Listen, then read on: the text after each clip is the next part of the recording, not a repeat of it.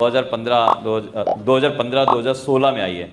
तो आप सोचो जब मैं पैदा हुआ रहूँगा तो मेरा गांव कैसा रहा होगा, बड़े बड़े स्कूल रहे होंगे, अच्छे रोड रहे होंगे, अच्छे नाले रहे होंगे, हैं वो खेलने को मैदान रहा होगा, है कि नहीं? ऐसे ही तो कुछ रहा होगा, पक्का नहीं रहा होगा?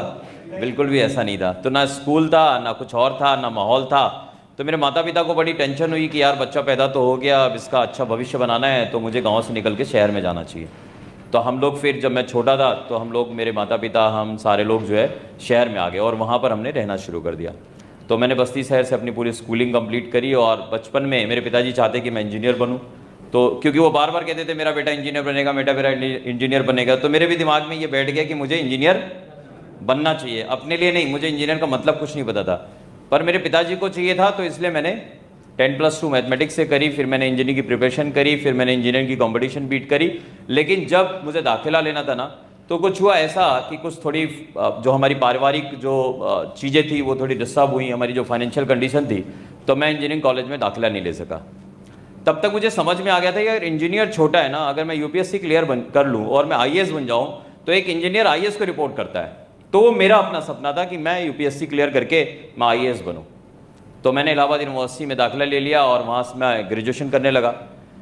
लेकिन जब मैं यूनिवर्सिटी में गया उसके बाद जो है मेरे फैमिली की फाइनेंशियल कंडीशंस और अच्छी होने की बजाय और वीक होती चली गई, क्योंकि हमारे फादर का जो बिज़नेस था ना, वो पूरी तरीके से बड़ा जिग-जैग वाली पोजीशन में चलता रहा, कभी थोड़ा होता था, कभी नहीं होता था, और एक टाइम ऐसा आया कि बिल्कुल बिज़नेस ठप हो गया। तो मैं वहाँ पर यूनिवर्सिटी में पढ़ता था, थोड़ा थोड़ा मैं ट्यूशन वगैरह देता था और कुछ पार्ट टाइम करने की कोशिश करता था, और तभी मुझे समझ में आया, किसी ने बताया मुझे नेटवर्क मार्केटिंग के बारे में। तो जब मैं ग्रेजुएशन सेकेंड ईयर में था तो पहली बार मुझे नेटवर्क मार्केटिंग के बारे में जानने का अवसर मिला। मैं ऐसे एक सेमिनार के अंदर चला गया, वहाँ पर एक स्पीकर आए, वो अपने बारे में बात कर रहे थे कि वो पार्ट टाइम इस इंडस्ट्री के अंदर काम कर रहे हैं और पार्ट टाइम करते हुए लाखों रुपये की इनकम ले रहे हैं। ये बात बहुत पुरानी है, आज के लगभग 23 साल पुरानी मैं बात बता रहा हूँ। तो उन्होंने कहा पार्ट टाइम में लाखों रुपए की आमदनी ले रहा हूँ और मैं अपनी नौकरी क्विट करने वाला हूँ, मैं बीआरएस लेने की तैयारी कर रहा हूँ। मुझे लगा ये तो बहुत कमाल का बिजनेस है, जहाँ शुरुआत करने के लिए बहुत बड़े इन्वेस्टमेंट की ज़रूरत नहीं है। अगर आपके पास उस बिज़नेस की समझ नहीं है तो मदद करने के लिए बहुत सारे लोग आपके साथ में, जिसको अपलाइन बोला जाता है इस बिज़नेस के अंदर। और ये जो बिज़नेस है ये हर घर की ज़रूरत है, हर एक व्यक्ति की ज़रूरत है। तो मैंने कहा यार बिज़नेस का पोटेंशियल बहुत बड़ा है, इंडस्ट्री नई नई है और हर एक की ज़रूरत का है, तो ये बिज़नेस, ये इंडस्ट्री बहुत बड़ा बनेगा। और इस सोच के साथ में मैंने उस बिज़नेस के साथ में ज्वाइन कर लिया और मैं अपना ग्रेजुएशन कंप्लीट करने लग गया और साथ में बिज़नेस बिल्ड करने लग गया। लेकिन वहाँ मैं कुछ कर नहीं पाया। तो जैसे ही मैं ग्रेजुएट हो गया तो उसके बाद, क्योंकि मैं अब पढ़ाई में तो मन लगता नहीं था, क्योंकि अब व्यापार करने में मन लग गया था और व्यापार होता नहीं था जिस व्यापार में मैं था। तो जैसे ही मैं ग्रेजुएशन कंप्लीट कर चुका तो उसके बाद मेरे फादर ने ये बोल दिया कि अब मैं तुम्हें पढ़ाई लिखाई के लिए पैसे नहीं दे सकता।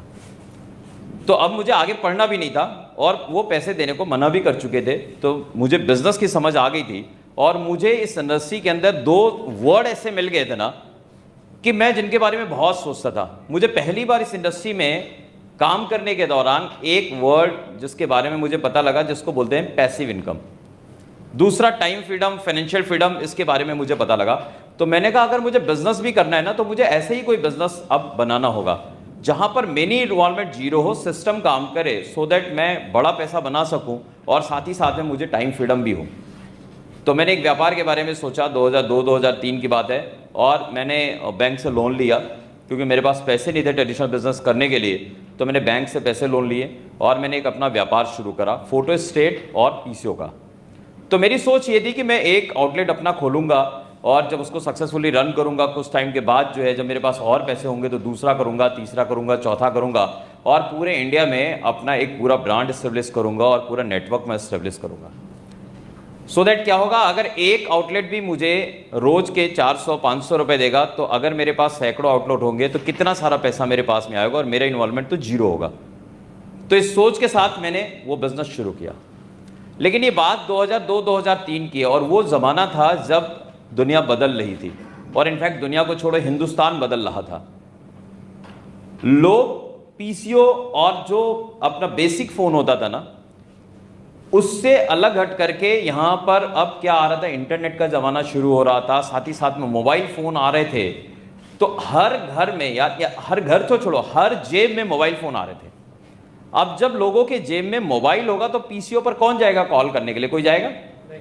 दूसरा, फोटोकॉपी का भी व्यापार पूरी तरीके से बदल रहा था, क्योंकि अगर आपको याद हो 2003, 2004, 2005 के बाद हर घर में लोग क्या कर रहे थे, लोग अपना प्रिंटर मशीन लगा रहे थे, और प्रिंटर भी ऐसा आ रहा था, उसके अंदर ऐसी फैसिलिटी थी कि आप प्रिंट आउट भी निकाल सकते हैं और साथ ही साथ में फोटोकॉपी भी कर सकते थे। तो यानी कि पूरी तरीके से मार्केट बदल रहा था, और मैं क्या था, मैं गलत समय पर एक सही व्यापार के अंदर गया था। वो व्यापार बुरा नहीं था, पर उसकी टाइमिंग बुरी थी, और इसकी वजह से क्या हुआ, कुछ महीनों में ही मेरा वो आउटलेट बंद हो गया, और केवल बंद नहीं हुआ, मेरे ऊपर तो लोन भी हो गया, क्योंकि वो व्यापार मैंने शुरू किया था बैंक से लोन लेकर के। तो अब उसकी ईएमआई नहीं जा रही थी, मेरा व्यापार बंद हो चुका है, मेरे पास कुछ करने को नहीं है, मेरी उम्र छोटी है, घर वाले साथ नहीं दे रहे हैं, बाकी सब लोग कह रहे हैं यार नालायक हो गया, अच्छा भला गया था यूपीएससी क्लियर करने, इलाहाबाद यूनिवर्सिटी में दाखिला लिया था, पढ़ाई तो कर नहीं पाया, मतलब नालायक। ऐसा होते ना, कई बार आपके रिलेटिव में कोई ना कोई होता है, किसी का बच्चा, या आपकी कॉलोनी में किसी का बच्चा होता है, तो लोग उसके बारे में कैसी बात करते हैं। तो मेरे बारे में भी एग्जैक्टली वैसी ही कुछ बात होनी शुरू हो गई। लेकिन मैं बचपन से बहुत जिद्दी था, मैं बहुत बड़ा ड्रीमर था। मैं केवल सोचता नहीं हूं कि मुझे ये बड़ा करना है, बल्कि मैं उसको हासिल करने के लिए प्रयास करता हूं, और उसके लिए वो सब कुछ करता हूं जो वहां उस मुकाम तक पहुंचने के लिए करना जरूरी होता है। तो अब मेरे विचार थे कि मुझे बहुत बड़ा करना है, बहुत बड़ा करना है, बहुत बड़ा करना है। लेकिन बहुत बड़ा तो छोड़ो, यहां तो लाले पड़ गए थे खाने के, बैंक वाले अलग से ढूंढ रहे थे मुझे। तो अब क्या हुआ कि मैं बहुत फ्रस्ट्रेटेड था उन दिनों, लेकिन कहते हैं ना जहां चाहे वहां राह। तो मैंने कहा कि अब यहां से बाहर निकलने के लिए क्या करें। तो मुझे बहुत सारे मेरे दोस्त थे और भी कुछ लोग थे, तो किसी ने सजेस्ट किया कि यार थोड़े टाइम के लिए जॉब ज्वाइन करो। तो मैंने इधर उधर इंटरव्यू देना शुरू किया, और मैं फाइनली सेलेक्टेड हो गया as a medical representative in a pharma company. ये बात है मार्च 2003 की। तो मैंने अपना प्रोफेशनल करियर शुरू करा एज अ मेडिकल रिप्रेजेंटेटिव, और क्योंकि मुझे तड़प बहुत ज़्यादा थी कि आगे बढ़ना है, बड़ा पैसा बनाना है, नाम बनाना है, तो मैंने वहाँ बहुत मेहनत करी, और विद इन अ ईयर मैं प्रमोट हो गया as a first line manager. तो मैंने शुरुआत करी थी अपने प्रोफेशनल करियर के अंदर। पहली जो मेरी नौकरी थी, उसमें जो मेरी तनख्वाह थी, जो मेरी बेसिक सैलरी थी, वो थी 3,000 रुपये की। तो 3,000 रुपये की नौकरी मार्च 2003 में मैंने ज्वाइन करी, और वहाँ से मैंने अपना प्रोफेशनल करियर शुरू करा। 1 साल के बाद मैं उसी सेम कंपनी में मैं अर्न कर रहा था 12,400 रुपये की बेसिक सैलरी, यानी कि कितना गुना का इजाफा था। और I was the only one person जिसने ये करिश्मा वहां पर उस कंपनी के अंदर किया था कि 3,000 रुपये की सैलरी को 1 साल में 4 गुना लेके जाना। ये नाम मेरे ख्याल से मेरे बाद भी किसी ने नहीं किया होगा, मेरे पहले तो किसी ने किया नहीं था, ये मुझे पता है। तो इतनी भूख थी, इतनी तड़प थी, इतना मैंने मेहनत किया होगा, इतना काम किया होगा, तभी तो ये संभव हुआ होगा। क्योंकि जब आप फार्मा में होते हैं ना, या किसी भी सेल्स जॉब में होते हैं, तो आपकी जॉब 8 घंटों की नहीं होती, 7 घंटों की नहीं होती, आपकी जॉब 24 आवर की होती है। बात समझ में आ रहा है कि नहीं? वहां पैसे इस बात के लिए नहीं मिलते कि 30 दिन आपने काम किया, वहां पैसे इस बात के लिए मिलते हैं कि आपने टारगेट अचीव किया क्या। आपको तरक्की इस बात से मिलती है कि टारगेट से एक्स्ट्रा कितना आपने किया है। तो वो जो नौकरी मैंने करी ना, उसने मुझे बहुत कुछ सिखाया सेल्स के बारे में, और मैं नौकरी करता रहा। 2003 खत्म हुआ, 2004, 2005, और 2005 आखिर में मुझे फिर से वापस नेटवर्क मार्केटिंग को समझने का अवसर मिला। एक दूसरी कंपनी के बारे में मुझे पता लगा, जो बहुत छोटी कंपनी थी, 1-1.5 साल पहले शुरू हुई थी, जहाँ जिसके ना तो प्रोडक्ट मिलते थे, ना प्रोडक्ट की पैकेजिंग अच्छी होती थी, ना ही कोई ऑफिस था, ना ही कोई अचीवर था। एक ऐसी कंपनी के बारे में मुझे जानने का अवसर मिला, और चलते फिरते किसी ने उस बिज़नेस के बारे में मुझे बताया। तो जब मैंने उस बिज़नेस को देखा ना, तो मुझे समझ में आया, अंदर से आवाज़ आई कि ये व्यापार, यानी कि ये कंपनी, इंडस्ट्री तो मैं समझ चुका था, नेटवर्क मार्केटिंग, डायरेक्ट सेलिंग, मुझे पता था ये व्यापार बहुत बड़ा, ये इंडस्ट्री बहुत बड़ी होगी। लेकिन ये पर्टिकुलर जो हमारा ऑर्गेनाइजेशन है वो बहुत छोटा है। लोग उसको इग्नोर करते थे, लोग कहते थे यार बेकार है, ये चलेगा नहीं, आगे बढ़ नहीं पाएगा, अरे दुनिया भर के उसमें कमियां लोग निकालते थे। तो देखने का अलग अलग नजरिया होता है। मैंने किस नजरिए से देखा? मैंने देखा ये जो ऑर्गेनाइजेशन है ना, पहली चीज तो ये 1.5-2 साल पहले शुरू हुई है। दूसरी चीज, जो इसके प्रोडक्ट हैं वो रिजनेबल प्राइस के ऊपर है। वो उस कीमत पर हैं कि जो हिंदुस्तान का कोई भी व्यक्ति अफोर्ड कर सकता है। तो एक तो बहुत ऐसे प्रोडक्ट थे जो हमारे और आपकी ज़रूरत के थे, कीमत ऐसी थी कि हम और आप उसको ले सकें, इंडस्ट्री ऐसी थी, मार्केटिंग प्लान था, उसमें भी बहुत सारी खूबियां थी, इंडस्ट्री ऐसी थी कि जो हिंदुस्तान के हर घर परिवार की ज़रूरत वाला था, क्योंकि हिंदुस्तान में हर व्यक्ति कामयाब बनना चाहता है लेकिन उसके पास अवसर की कमी है। तो मुझे पता था ये व्यापार एक अलग ही प्रकार का व्यापार है जहां पर केवल हम अपनी दुकान बदलते हैं और लोगों को प्रेरित करते हैं उनकी दुकान बदलवाने के लिए, और एक नेटवर्क जो हम बनाते हैं उस नेटवर्क से हमें लाखों रुपए की इनकम यहां से आती है।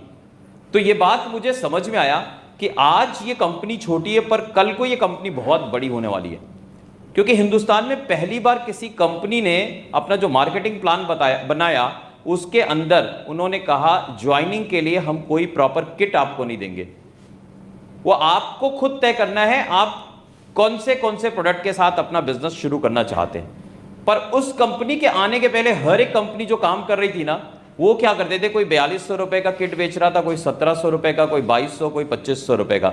यानी कि हमारे पास फ्रीडम नहीं था प्रोडक्ट को चुनने का।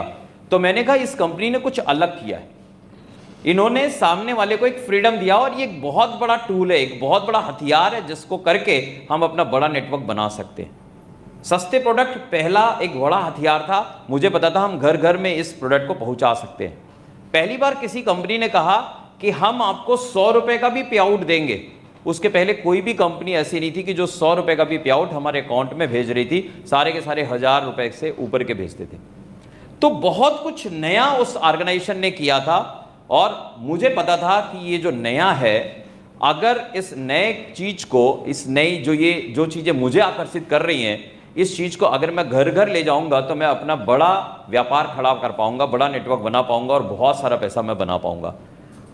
तो ये चीज मैंने देखा और मैंने उस चीज को, उस व्यापार को शुरू करने का डिसीजन लिया। लेकिन जब मैं इस व्यापार के बारे में अपने सब लोगों को बात कर रहा था, अपने दोस्तों को, अपने फैमिली मेंबर्स को, अपने पड़ोसियों को, तो लोग क्या कह रहे थे, इतनी बड़ी फार्मा कंपनी के अंदर काम करते हो, एक अच्छे लेवल पर पहुंच चुके हो, इतना बढ़िया सारा सब कुछ तुम्हारा चल रहा है, उसके बाद फिर से वापस टूथपेस्ट साबुन शैंपू के व्यापार में जाने की सोच रहे हो। लोगों को लगता था ये व्यापार, ये इंडस्ट्री बहुत छोटी है, यहां पर काम करके लोगों को रिकॉग्निशन नहीं मिलता। तो लोग, मेरे दोस्त बोलते थे, यार मुझे ऐसे पैसे नहीं बनाने। इस व्यापार के बारे में जिससे भी बात करो ना, सामने वाला रिजेक्ट करता है यार, जब वो मना करता है ना तो दिल में बड़ी ठेस पहुंचती है, बहुत दर्द होता है, यार मैं ये ऐसा नहीं कर सकता। लोग तरह तरह की बातें कर रहे थे इस व्यापार के बारे में, इस इंडस्ट्री के बारे में। लेकिन मुझे एक बात की समझ थी कि आज अगर ये मेरी ज़रूरत है तो मेरे जैसे हज़ारों लाखों परिवार के अंदर ऐसे हज़ारों नौजवान होंगे जिनको भी इस इंडस्ट्री की, इस कंपनी की ज़रूरत होगी। और मैंने इस व्यापार के अंदर कदम रखा अप्रैल 2005 में पार्ट टाइम, और मैं पार्ट टाइम व्यापार करता रहा। पहले महीने मैंने 100 रुपये की इनकम वहाँ से ली, दूसरे महीने 775, तीसरे महीने 850, चौथे महीने 650 रुपये, और धीरे धीरे करके एक साल बीते बीते मैं उस कंपनी के अंदर पार्ट टाइम काम करके लगभग 20 से 25 हज़ार रुपये अर्न करने लग गया। और ये वो इनकम थी जो मैं फुल टाइम अपनी नौकरी से बना रहा था। तो मेरा जो भरोसा था इस इंडस्ट्री के ऊपर, उस कंपनी के ऊपर, वो बढ़ने लग गया। दूसरे साल में लगभग 40 से 50 हज़ार रुपये अर्न करना शुरू कर दिया, और दूसरा साल ख़त्म होते होते मैंने इस इंडस्ट्री में फुल टाइम आने का डिसीज़न लिया। तो मैं 2007 एंड से फुल टाइम इस इंडस्ट्री के अंदर आ गया। 2008 में मैं इस बिज़नेस से 1 लाख रुपए एवरेज अर्न करना शुरू कर चुका था। मैं अपना पहला फॉरेन ट्रिप कर चुका था, पहली कार मैंने ख़रीद ली थी। क्योंकि जब मैं इस इंडस्ट्री में आया था, मैं आज भी लोगों को बोलता हूँ, मेरा वो पहला सपना जो मैं लेके आया था ना, उसको आज भी मैं पूरा नहीं कर सका। क्योंकि मेरा सोच क्या था कि मुझे एक मारुति 800 खरीदनी थी, और मुझे लगता था कि मैं अपने नौकरी से जो मुझे तनख्वाह आती है उससे मैं खरीदूंगा नहीं। तो मुझे कुछ पार्ट टाइम जो शुरू करूंगा ना, उसमें इतनी इनकम करूंगा कि मैं वो मारुति 800 खरीद सकूं सेकंड हैंड, उसकी जो EMI आए या उसमें जो इन्वेस्टमेंट लगे वो मैं इस व्यापार से निकालूं। लेकिन बड़े अफसोस के साथ कहना पड़ रहा है, वो मेरा सपना आज भी अधूरा है। क्योंकि मैंने जब पहला खरीदा ना कार, तो मैंने ब्रांड न्यू कार खरीदी। समझ में आ रहा है? तो मुझे एक बात समझ में आई ना, जब मैंने अपना व्यापार शुरू करा था ट्रेडिशनल ना, तो व्यापार अच्छा था, मैं बहुत मेहनत कर रहा था, बहुत पैसे मैंने डाले थे, लेकिन व्यापार क्यों नहीं चला? क्योंकि वो सही समय नहीं था। समय जा चुका था उस व्यापार का। बात समझ में आ रही कि नहीं? तो मैंने वो अपनी जिंदगी भर के लिए लर्निंग ले ली। वो जो व्यापार में मैंने लूज किया ना, उससे मैंने अपनी लाइफ टाइम के अंदर एक लर्निंग ले ली कि कभी भी सफलता आपको तब मिलती है ना जब आप सही समय पर सही व्यापार के अंदर होते हैं और सही प्लानिंग के साथ सही एक्शन लेते हैं, तब आपको सक्सेस मिलती है।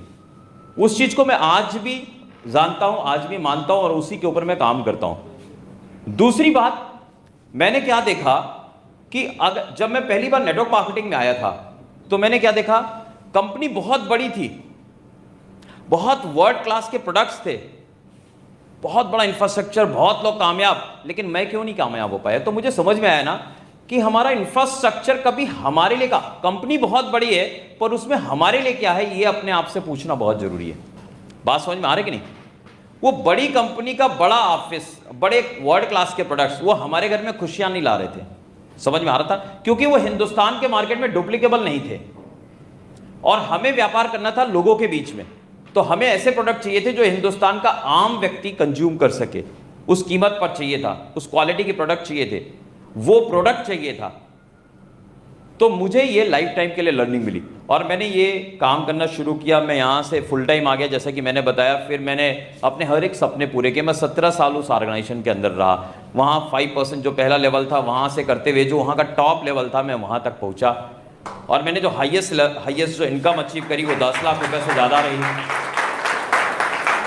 व्यापार में काम करते हुए 5 मैंने गाड़ियाँ ली, वहाँ से 3 घर बनाए मैंने, 24 बार फॉरेन ट्रिप किया, सारा सब कुछ बहुत बढ़िया चल रहा था। बहुत बड़ी टीम बनाई, बहुत सक्सेसफुल लोग थे टीम के अंदर। पर कहते हैं ना कि हमेशा हर एक चीज़ ना ऐसा नहीं कि बस चढ़ता हुआ रहेगा ज़िंदगी में। अब ये भाई साहब बैठे हुए हैं, क्या उम्र होगी सर? वैसे पूछना नहीं चाहिए पर फिर भी 22 साल। तो कितनी हाइट है आपकी?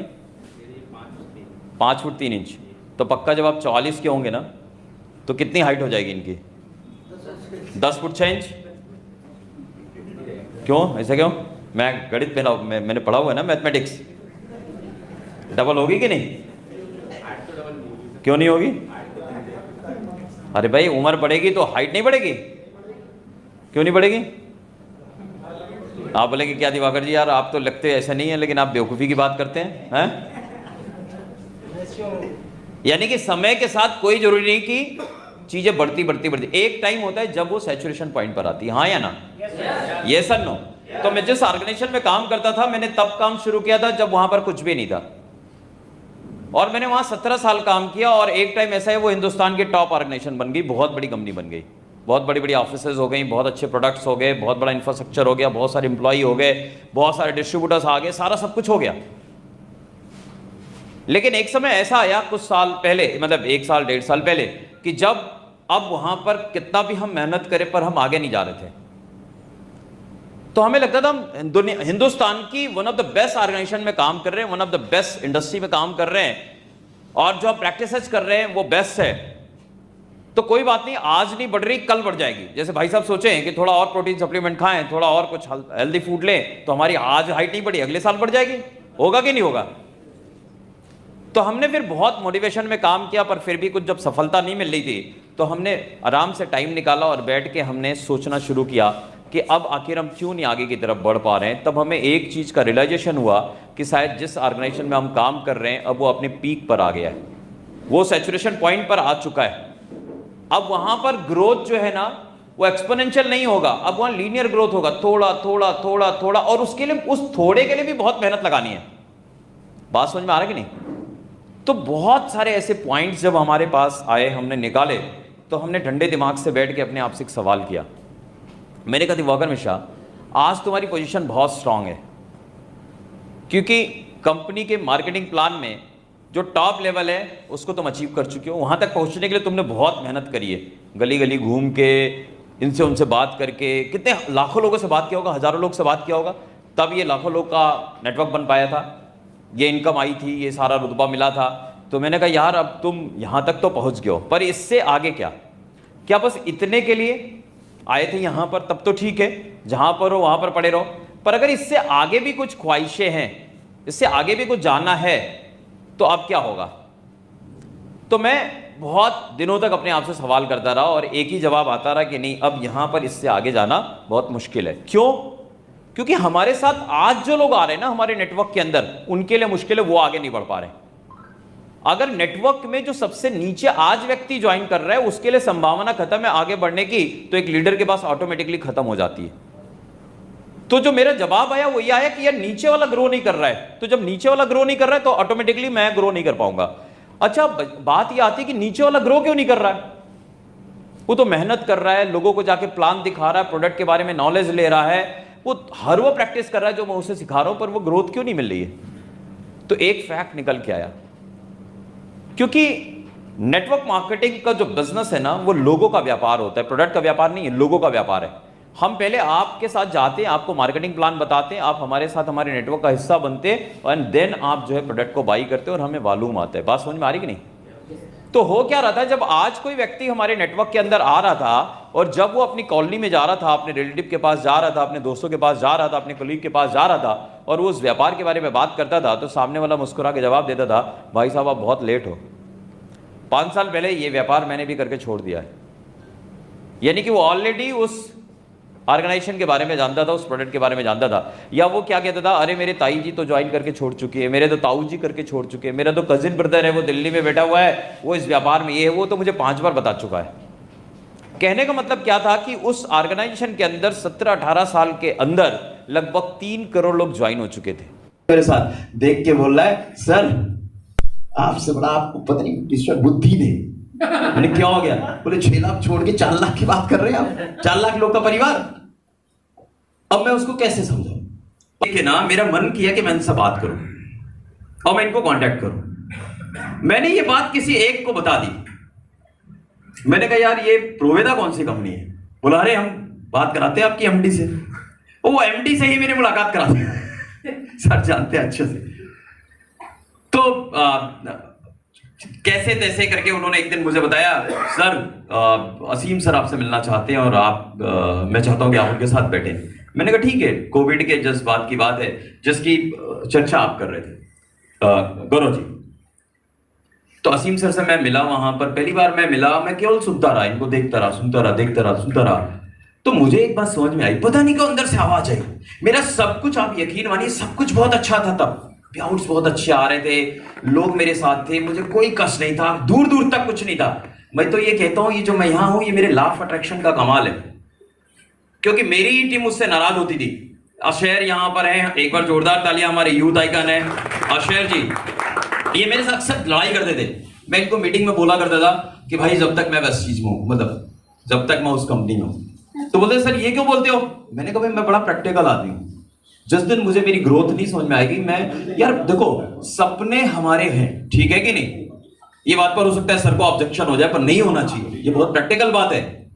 ये एक आपके लिए भी, मैनेजमेंट के लिए भी चैलेंज है कि अगर लीडर्स आप पर भरोसा करके आ रहे हैं तो आपकी जिम्मेदारी बनती है कि लीडर्स के भरोसे को कभी भी टूटने ना पाए। मुझे बहुत अच्छी बात लगी सर की कि अगर कोई भी बीच में आएगा तो गला दबाएंगे, वो कोई भी हो, हाँ या ना? यस। तो मैं आपके साथ हूं, कोई रहे ना रहे, मैं और आप मिलकर दबाएंगे। तो मैं क्या कह रहा था, तो मैं इनसे बोला करता था कि भाई जब तक तो मेरे ख्याल से ये जो है ना मेरे बोलने का वो लॉ ऑफ अट्रैक्शन, उसने पूरा कार्यक्रम बना दिया। मेरी टीम में कुछ लोगों को मैंने ट्रेनिंग दी कि भाई जैसे मैडम बता रही थी कि जो ड्रीम आपको पूरा करना है वो आप अपने घर में लगाओ। तो मैं 1.5 साल पहले जब बहुत प्रैक्टिकल होकर बात करता था, तो मैंने अपने एक लीडर से पूछा, ये जो तुमने स्क्रीन पे लगाया है, मैं हर महीने 20 लाख रुपए प्रति माह कमा रहा हूं, तुम्हें क्या लगता है ये सच लगाए हो? कभी इसमें कमाओगे तुम? भाई जो चीज, जो चमत्कार 15 साल में नहीं हुआ, तुम्हें क्या लगता 15 महीने में हो जाएगा? बोला सर लगता तो नहीं हो जाएगा। मैंने कहा फिर कुछ कार्यक्रम चलाना चाहिए कि नहीं चलाना चाहिए? अरे नहीं सर कैसे बात करते हो यहां बैठे बैठे, क्योंकि आदमी क्या कंफर्ट नहीं छोड़ना चाहता है और इसीलिए उसका ग्रोथ नहीं होता है। जिस लेवल पर मैं था, देखो मैं बोलने का मतलब ये नहीं कि मैं बोल रहा हूं, मैं आपसे ये कहना चाहता हूं, हर एक लेवल पर आप कितने भी बड़े हो जाए ना, आपको हमेशा जीरो से शुरू करने का एक अपने अंदर वो मादा रखना पड़ेगा। तो हमने वो वीडियो देख ली, वीडियो के बाद मुझे मोहब्बत हो गई, फिर हमने किसी से बता भी दिया, उसने पता नहीं कहां से जुगाड़ लगा के सर को बुला भी लिया, हम बैठ भी गए, और बैठे तो हम इस मकसद से थोड़ी बैठे थे कि हम ज्वाइन करेंगे, हमारे तो दिमाग में कहीं था ही नहीं, कहीं 1% रहा हो तो ठीक है, वो बीच पड़ गया रहा होगा मेरे ख्याल से। हमने बैठे आए गए, बात खत्म हो गई। गौरव जी से मेरी बात, ये रोज रात में फोन करते रहते थे, तो हमने इनको बताया यार देखो ऐसा है, पहली चीज तो कंपनी अपनी ज्वाइन, मतलब कहीं ऐसा सोचना भी गुनाह है, पाप है। दूसरी चीज करना ही है यार भाई, तुम्हें तो प्रोवेदा कर लेना तुम। तो बोला अरे प्रोवेदा में तो मेरे ये दोस्त है वो दोस्त है, ऐसे। मैंने कहा अगर कुछ भी ज्वाइन करना ना तो प्रोवेदा चले जाना, क्योंकि मुझे पता नहीं क्यों ऐसे वाइब्स आ रहे हैं, ऐसा मेरा कैलकुलेशन कह रहा है कि हिंदुस्तान की आने वाले टाइम की जो नंबर 1 ऑर्गेनाइजेशन होगी ना, वो कोई और नहीं होगी, प्रोवेदा इंडिया।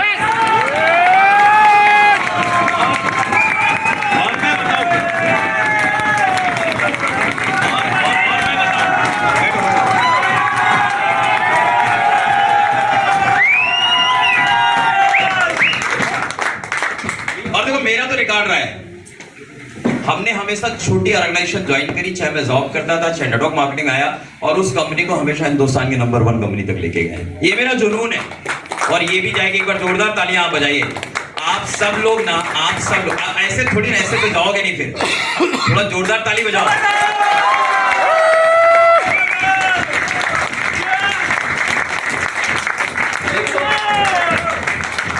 देखो एक बात सच मानना, एक बात सच मानना, जो आपके अंतर आत्मा की आवाज होती है ना, वो प्रभु तक पहुंचती है, और जो बात बार बार आप बोलते हैं ना, वो एक दिन होके रहती है।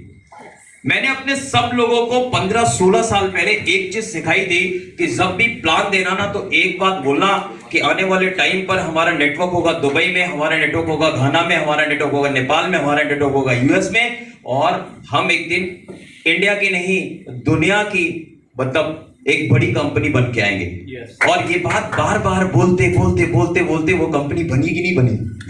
आज हम आपको यही बात कहना चाहते हैं, जब भी आज के बाद प्लान दिखाना ना, तो केवल फास्टेस्ट ग्रोइंग कंपनी मत बोलना, बोलना अगले 2 साल में हम यहां जा रहे हैं। हमने सर से बोला, और मैं आपको हाथ जोड़ के रिक्वेस्ट करूंगा, आप तो पहले 2025 का वो टारगेट पहले चेंज कर दो। टारगेट आप हैप्पी वॉरियर्स को दे दो, बात खत्म। बाकी आप टारगेट बड़ा बना दो। उतनी तो हम लोग मिलकर जितने यहाँ पर है ना, वो अभी कर देंगे, इसी साल करेंगे। बोलो हाँ या ना? 100% करेंगे हम, क्योंकि अब हमारा जुनून है प्रोवेदा इंडिया को हिंदुस्तान ही नहीं दुनिया के नंबर 1 ऑर्गेनाइजेशन बनाने का। ये हमारा। और अगर तुम लोग नए हो तो सब्सक्राइब करो, वो जो लाल वाला बटन है उस पर फूट फेंक के मारो या फिर मोमबत्ती, मुझे नहीं पता, बस क्लिक हो जाना चाहिए।